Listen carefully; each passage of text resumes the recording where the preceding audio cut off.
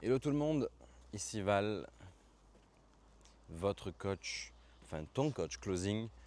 Si tu ne me connais pas, j'aide des closers à, à closer sans script, à performer et surtout arrêter d'être comme des robots en fait, en train de réciter un script, ou bien tout simplement à tout le temps poser les mêmes questions à tous leurs prospects, tout simplement parce qu'ils ne savent pas quoi dire, ils ne savent pas comment rebondir sur les objections durant l'appel, ils ne savent pas comment gérer les différents types de prospects, ils ne savent pas tout simplement comment être authentique avec leurs prospects. Et donc, si c'est ton cas, tu es sur la bonne chaîne YouTube parce que c'est exactement ce que je t'aide à faire. Alors, dans cette vidéo, aujourd'hui, je voulais te partager un des concepts les plus importants, voire le plus important, pour que tu augmentes ton taux de closing de 10, 20, 30, peut-être même plus à chaque appel. Et ce concept, c'est le concept de la loi de Pareto, mais appliqué purement à la... C'est le concept de la loi de Pareto, mais purement appliqué au début de tes appels de vente. Je m'explique. Comme tu le sais, avant de pitcher un prospect, tu as besoin de comprendre sa situation, comprendre si tu peux l'aider, comprendre où est-ce qu'il souhaite aller, comprendre quel est son challenge, etc. Eh bien, ce dont je veux te parler aujourd'hui, c'est quel est le plus important durant tes appels sur lequel tu dois mettre le doigt, qui va t'apporter le plus de résultats dans tes appels, tout simplement. Et donc pour ça, on peut utiliser la loi de Pareto. La loi de Pareto, qu'est-ce qu'elle dit? Elle dit que 80% de tes résultats sont en général obtenus par 20% des actions qui sont mises en place. Donc en fait, dans ta journée, il y a 20% des actions qui font que tu es la personne que tu es. Okay, la 80% des choses que tu fais ne sont pas vraiment importantes.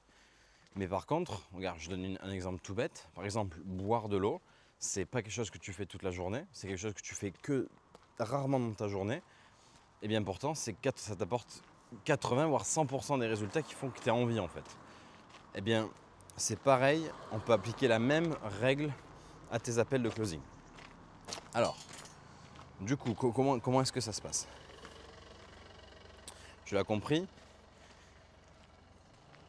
Moi, je vous aide à comprendre que c'est pas avoir l'objectif de tes prospects qui fait que tu vas les closer.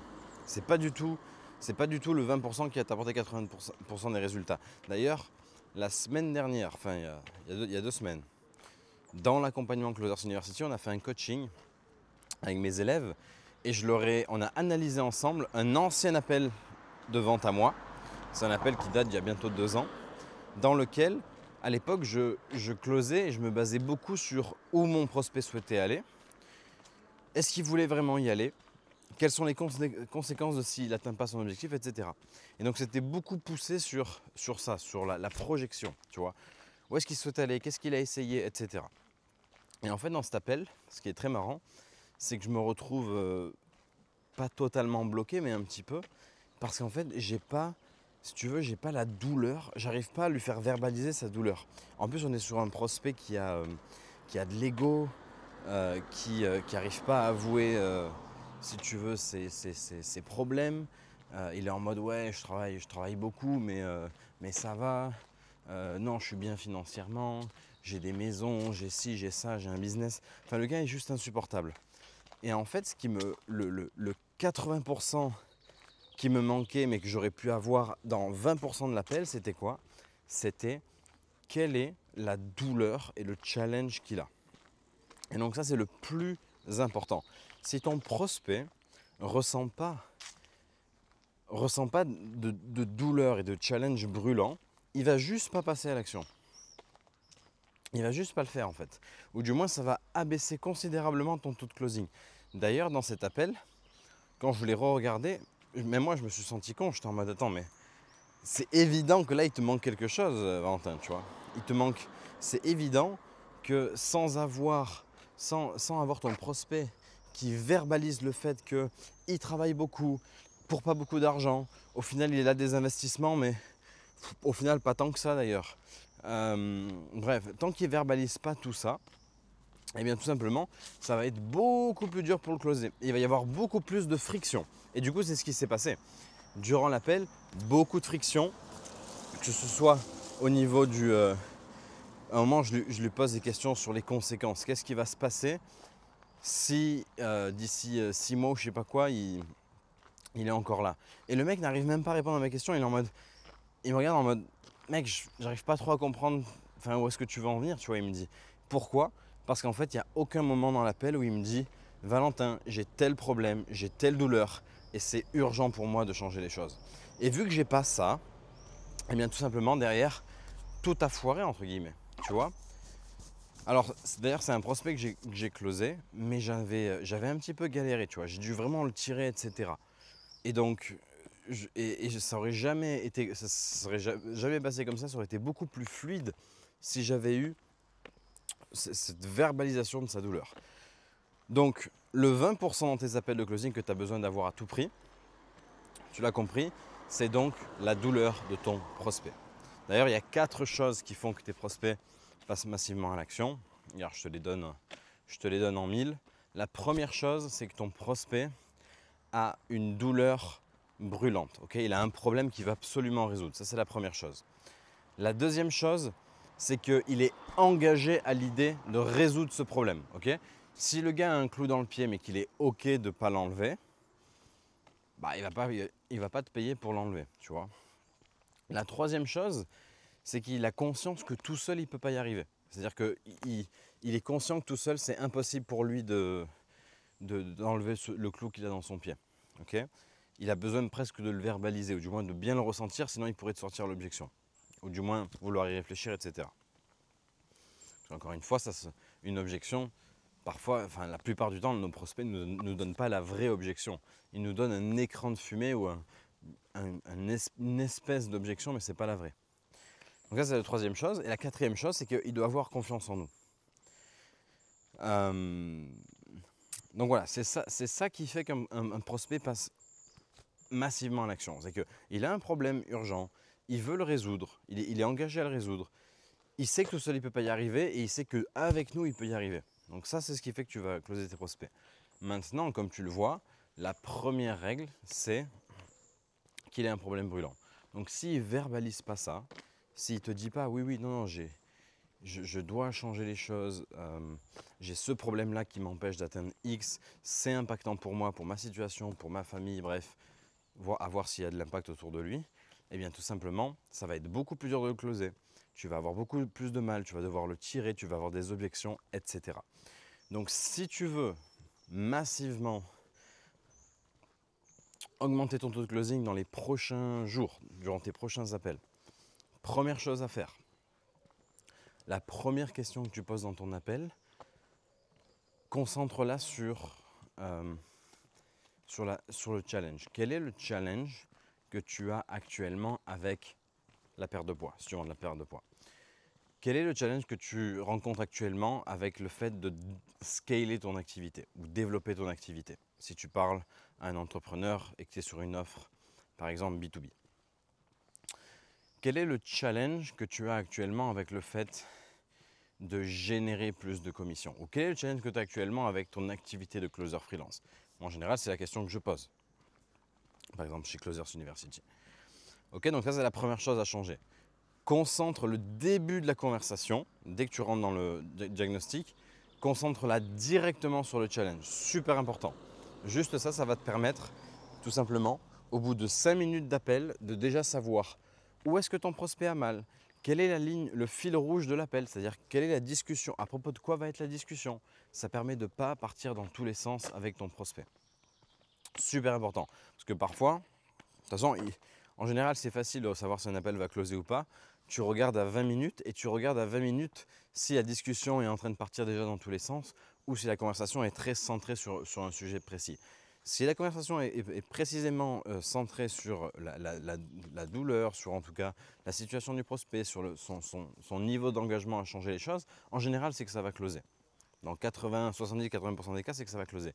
Par contre, en général, quand je regarde un appel et que à 20 minutes d'appel, la conversation, c'est une conversation, c'est flou, ça part un peu dans tous les sens, etc. Je sais que ça ne va pas closer. Pareil, dans 80% des cas, je sais que ça ne va pas closer. Pourquoi? Parce que la conversation était en dehors de ce qui t'apporte du levier en tant que closer, en dehors du challenge qu'a ton prospect qui veut résoudre, etc. Ok, donc ça c'est la première chose que tu as besoin de faire pour massivement augmenter ton taux de closing, c'est concentrer dès le début de l'appel la conversation sur le challenge. Okay, tant qu'il n'y a pas de challenge, tu passes pas à la suite. Vois tes questions comme des pilules. Super important ça. Les questions que tu poses en tant que closer, c'est des pilules. Si ton prospect, tu lui dis, ok, quel est le challenge que tu as et qu'il te répond, j'ai pas vraiment de challenge, je vais pas aller plus loin. Je vais l'écouter parler, puis je vais lui dire, sur quoi est-ce que tu souhaites être aidé exactement? Du coup, donc là, je vais poser la question d'une manière un petit peu différente.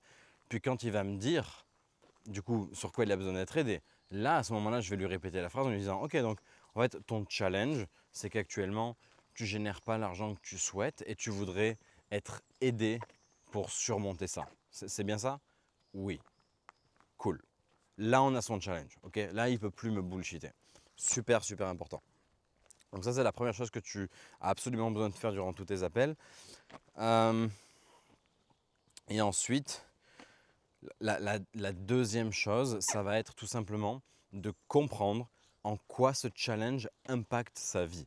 En quoi ce challenge est brûlant et pourquoi est-ce que c'est important pour lui de le surmonter. Donc ça, voilà, c'est les 20% qui vont t'apporter les 80% de résultats. Okay, donc comprendre comment. Donc maintenant que tu as le challenge, donc tu sais que ton prospect gagne pas l'argent qu'il souhaite par exemple, eh bien tu as besoin de lui demander en quoi est-ce que le fait de ne pas générer l'argent qu'il souhaite, en quoi est-ce que ça l'impacte? Est-ce que ça l'impacte lui? Est-ce que ça l'impacte également ses proches? Est-ce que ça impacte sa famille? Est-ce que ça impacte même mentalement? Comment est-ce que ça l'impacte? Depuis combien de temps est-ce qu'il est dans cette situation? Etc. etc. Tu as besoin de comprendre ça. Okay, tu as besoin de comprendre tous les tenants et les aboutissants de comment est-ce que le challenge impacte ce prospect à qui tu es en train de parler. Alors, il y a un truc très puissant que je vous enseigne dans les coachings, pour ceux qui sont en coaching avec moi, c'est de rentrer en profondeur quand tu trouves une douleur. Donc maintenant que tu sais quel est son challenge, tu as besoin de... Imaginons que tu lui dis, ok, donc ton challenge c'est tu gagnes pas assez d'argent, je sais pas quoi, ok. En quoi est-ce que c'est un problème? Comment est-ce que ça t'impacte par exemple? Ok, il va te dire, bah écoute, vu que je gagne pas encore assez d'argent avec mon activité, je suis encore salarié, blablabla, blablabla. Ok. Là maintenant, ce que tu vas avoir besoin de faire, ça va être quoi? Ça va être lui dire, ok, depuis combien de temps est-ce que tu es salarié? Ok. Depuis combien de temps est-ce que tu as envie de vivre de ton business, mais tu ne peux pas, parce que tu ne génères pas encore assez d'argent, ce qui fait que tu es encore salarié? Bah ça fait 3 ans. Oh, ok. Et en quoi... Qu'est-ce qui te donne envie de vivre de ton activité plutôt que de ton boulot? Parce que tu pourrais rester dans ton boulot. En quoi est-ce que tu as envie absolument de tout faire pour vivre de ton activité? Bah, parce qu'en fait, le boulot que j'ai, c'est pas un boulot avec lequel je suis pleinement aligné. C'est pas... Voilà, je t'avoue que c'est un boulot pour payer les factures. J'aimerais vivre de mon activité, j'aimerais vivre d'un métier dans lequel je suis vraiment passionné. Oh, intéressant. Et comment ça t'impacte, ou même mentalement, comment tu te sens de tous les jours devoir te lever et aller travailler pour un patron dans un boulot que tu n'aimes pas et au final qui te permet juste de payer les factures, quoi. Comment tu te sens vis-à-vis de ça? Bah franchement pas bien, ça me saoule. Ça fait maintenant longtemps que ça me saoule. Ok. Est-ce que tu peux m'expliquer précisément qu'est-ce qui te saoule le plus dans ton boulot, juste que je comprenne? Bah par exemple le fait que, tu vois, hier il s'est passé XY truc et voilà, j'ai pas apprécié parce que je pouvais pas. Ou par exemple, l'année dernière, je voulais partir en vacances en août.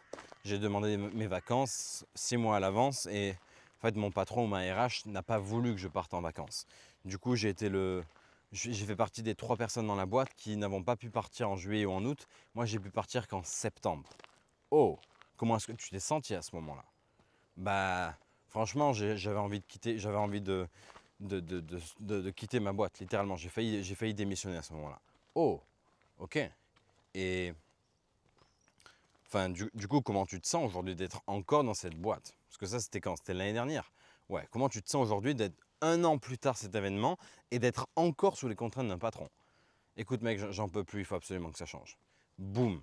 Là, on a la vraie douleur. Ok, on a son challenge qui est qu'il ne génère pas l'argent qu'il veut avec son activité, mais l'impact que ça a sur lui, c'est qu'il se sent mal au boulot, il n'est pas épanoui, il ne fait pas ce qu'il veut, il n'a pas la liberté qu'il veut. Tu vois.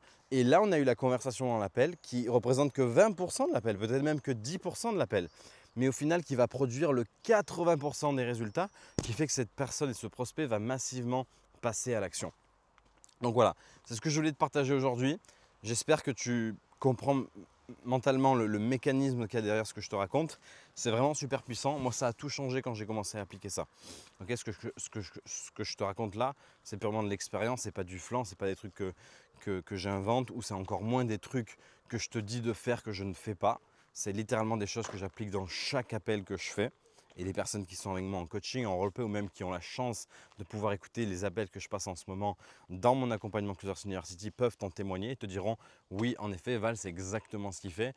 Il va retourner son prospect, il va lui faire verbaliser sa douleur, il va vraiment le rouler dans la boue pour qu'à la fin, il n'ait plus aucune objection et que la seule chose qu'il ait envie de faire, c'est te donner de l'argent et être content de te donner de l'argent. Donc voilà. Ok, j'espère que cette vidéo t'a plu, j'espère que tu vas pouvoir aussi surtout implémenter ce que je t'ai dit. Si tu veux en savoir plus, si tu veux encore plus être aidé, tu as la communauté Closers Community dans laquelle on partage des opportunités. Tu as aussi de la formation. Tous les lundis à 13h30, je prends 30 minutes de mon temps, voire parfois 1 heure pour répondre à tes questions, même te coacher. Et si tu en veux encore plus, envoie-moi un petit message. Tu peux aussi planifier un appel avec nous. Sinon, envoie-moi un petit message, on peut discuter et voir comment est-ce que je peux t'aider à atteindre les 5 chiffres par mois en tant que closer freelance et rejoindre le top 0,0001% des closers au monde. Comment est-ce que je sais que ce que je t'enseigne là, seulement 0,001% des closers au monde savent le faire? Tout simplement parce que j'ai été dans ces cercles-là. J'ai été entouré de closers qui faisaient 20, 30, 40, 50 000 euros par mois.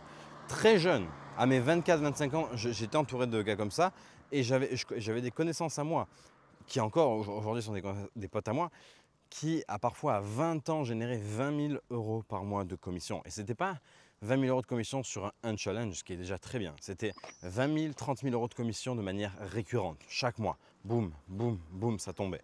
Donc si tu as envie d'apprendre ces mêmes stratégies qui permettent d'avoir des résultats aussi conséquents que ça et qui permettent réellement de changer leur vie, parce que ce n'est pas en gagnant 3, 4, 5 000 euros que tu vas changer ta vie, c'est réellement en ayant des revenus tellement massifs que tu es obligé de les investir parce que tes comptes en banque commencent à déborder, alors dans ce cas-là, tu sais où m'envoyer un message sur Instagram ou dans la communauté School directement pour qu'on en discute et pour que je vois comment est-ce que je peux aller plus loin avec toi et t'aider. Alright, c'était Valentin. On se retrouve très vite sur School. À bientôt ou sur une prochaine vidéo. Ciao, ciao.